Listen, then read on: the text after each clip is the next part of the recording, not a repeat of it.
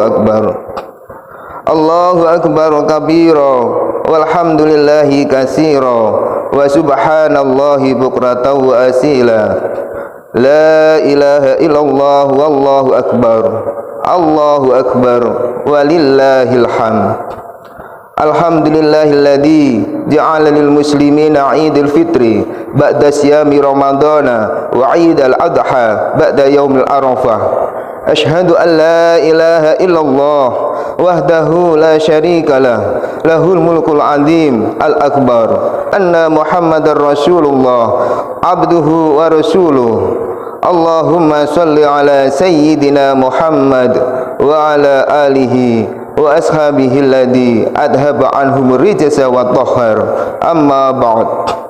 Fa ya ibadallah ittaqullah haqqa tuqatih wa la tamutunna illa wa antum muslimun.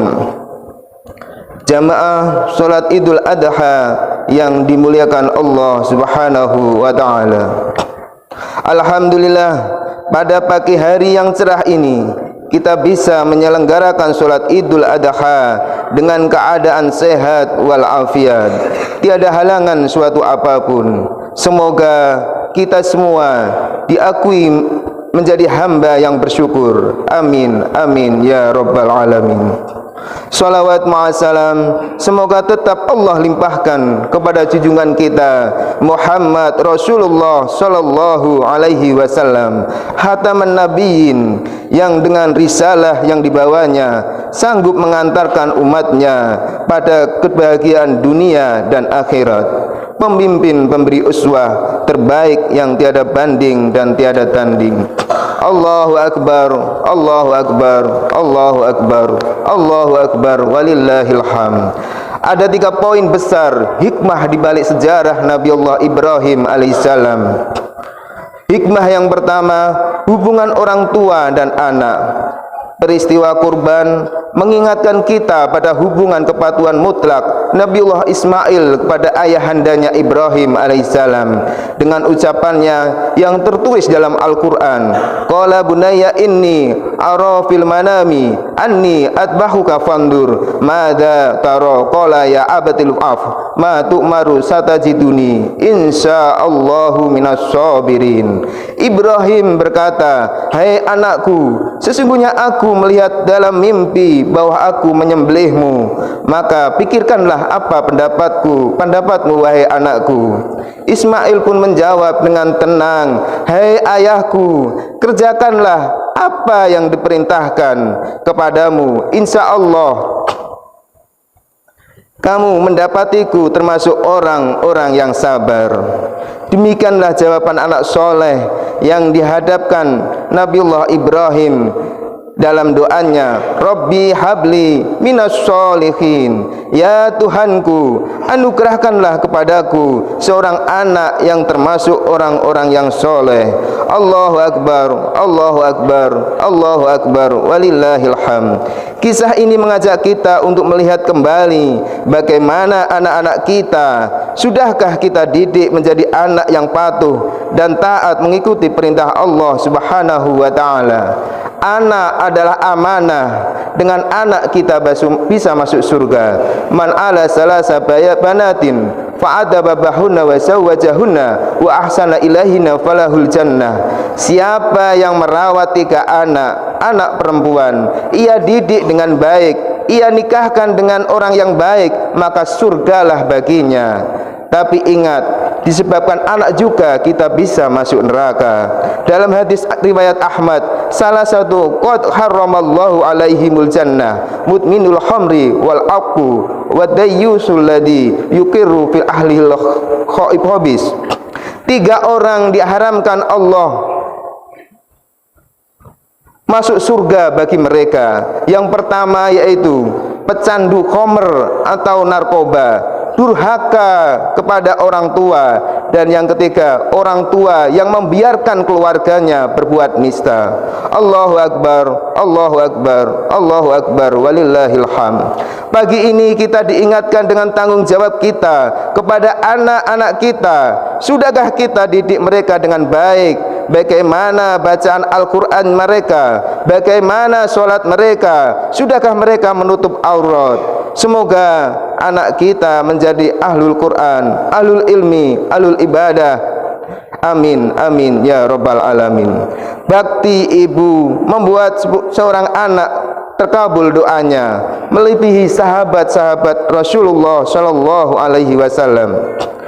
Suatu ketika Rasulullah menyampaikan, inna rajulan ya'tiku minal yamani yuqalu lahu Uwaisun la yada'ul bil yamani ghaira umillahu qad kana bihi bayad fada'aha Allahu fa'adhabahu anhu illa mau'idat dinar au dirham faman laqiyahu minkum falyastaghfir lakum.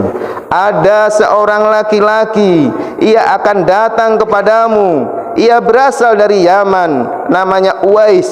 Ia tidak bisa meninggalkan Yaman saat ini karena ia sedang merawat ibunya. Sebagai rasa kepatuhan kepada ibunya, ia pernah terkena penyakit supak, yaitu warna kulit serba putih. Ia berdoa kepada Allah Subhanahu wa ta'ala, maka Allah menghilangkan penyakit itu, kecuali hanya tertinggal sebesar uang logam dinar atau dirham. Siapa di antara kamu yang berjumpa dengannya di antara kamu, maka mintalah doa kepadanya agar Allah Subhanahu wa ta'ala mengampuni kamu. Coba kita bayangkan seorang hamba yang lemah, jauh dari Rasulullah, tapi doanya sangat tak kabul, mengalahkan doa para sahabat Nabi. Bahkan para sahabat Nabi pun diminta agar memohon doanya. Doanya terkabul karena baktinya kepada ibundanya. Ridho Rabbi fi ridhol walidaini wa sakhatahu fi sakhotihima. Ridhonya Allah terletak pada ridho kedua orang tua, dan murkanya Allah terletak pada murka kedua orang tua. Allahu akbar, Allahu akbar, Allahu akbar, walillahil hamd. Hikmah kedua, keseimbangan antara usaha dan tawakal, sayang dan cinta kepada anak dan istri, tapi perintah Allah mesti tetap dipatuhi. Meleleh air mata Nabiullah Ibrahim alaihissalam meninggalkan Hajar dan Ismail di kecil di sebuah lembing kering. Kisah ini diabadikan dalam Al-Quran. Nabiullah Ibrahim pun alaihissalam pun mengadu kepada Allah Subhanahu wa ta'ala, dalam artinya, wahai Rabb kami, sesungguhnya aku telah menempatkan sebagian keturunanku di lembah yang tidak mempunyai tanam-tanaman di dekat rumah engkau Baitullah yang dihormati. Ya Allah, ya Tuhan kami, yang demikian itu agar mereka mendirikan salat, maka jadikanlah hati sebagian manusia cenderung kepada mereka, dan beri rizkilah mereka dari buah-buahan, mudah-mudahan mereka bersyukur. Dalam Al-Quran surat Al-Ibrahim ayat 37, di tengah lembah tandus tanpa pohon, tanpa tanam-tanaman, itulah Hajar dan Ismail berada. Wanita lemah dan bayi tidak berdaya, membutuhkan air. Apakah Allah langsung menurunkan air kepada mereka? Tentunya tidak. Ia perempuan yang tegar. Hajar tidak mengeluh kepada Allah Subhanahu wa ta'ala dengan mengangkat tangan. Hajar tidak membawa nama besar suaminya yang seorang nabi. Hajar tidak pula menghujat dan mencela di mana air berada, tapi Hajar berjalan kaki dari Bukit Sofa menuju Bukit Marwah sebanyak 7 kali. Tumit perempuan yang lemah itu menginjak pasir gurun panas di bawah terik matahari, tidak mendapatkan air yang ia cari. Maka ia kembali ke tempat Ismail berbaring. Ternyata air tidak ditemukan di tempat yang ia cari, tapi air datang dari tumit Ismail yang belum pernah melangkah. Dari kisah ini mengajarkan kita, yaitu pentingnya berusaha sekuat tenaga, karena Allah tidak langsung memberi tanpa usaha. Demikian juga perubahan kita inginkan tidak akan terwujud kecuali ada keinginan dan perbuatan dari kita. Innallaha la yughayyiru ma biqaumin hatta yughayyiru ma bi bi anfusihim. Sesungguhnya Allah tidak merubah keadaan suatu kaum sehingga mereka merubah keadaan yang ada pada diri mereka sendiri. Rasulullah Shallallahu Alaihi Wasallam tidak pernah duduk berpangku tangan menunggu rizki turun dari langit. Al-Quran mengajarkan, fa idza qudiyatis sholatu fantasiru fil ardi wabtahu min fadlillahi wadhkurullaha katsiran la'allakum tuflihun. Apabila telah ditunaikan sholat, maka bertebaranlah kamu di muka bumi dan carilah karunia Allah dan ingatlah Allah banyak-banyak supaya kamu beruntung. Allahu Akbar, Allahu Akbar, Allahu Akbar, walillahil hamd. Hikmah ketiga, berkorban untuk agama Allah Subhanahu wa ta'ala. Islam bukan agama yang melarang orang untuk mencari harta. Dalam Islam diajarkan orang mampu secara ekonomi, kuat fisik, ilmu dan iman, lebih baik dicintai Allah Subhanahu wa ta'ala daripada orang yang miskin, lemah fisik, lemah ilmu dan lemah ilman.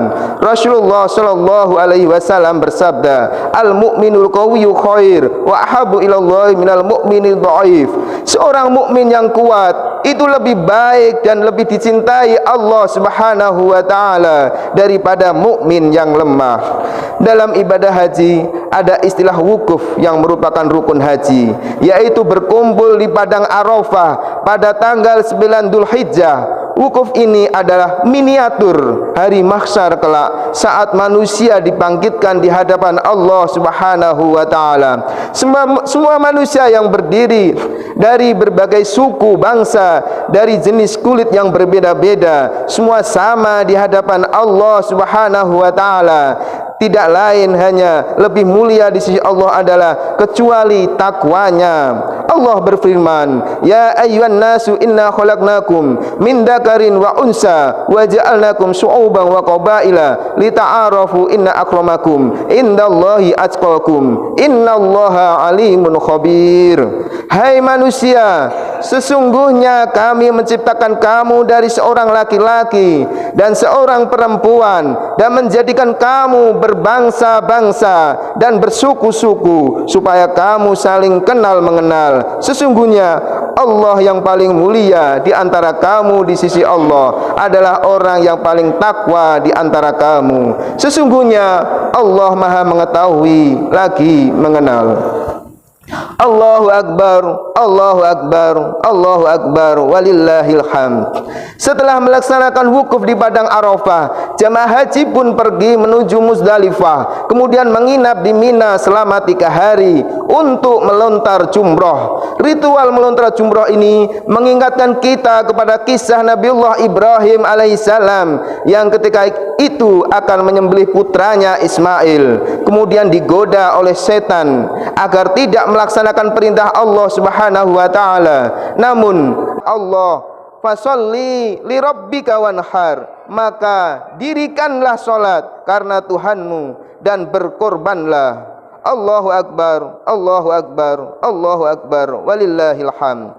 Dalam ibadah kurban ini terkandung makna melaksanakan perintah Allah. Ketika Allah memerintahkan Nabiullah Ibrahim agar menyembelih putranya, kemudian Allah mengganti sembelihan itu dengan seekor kambing.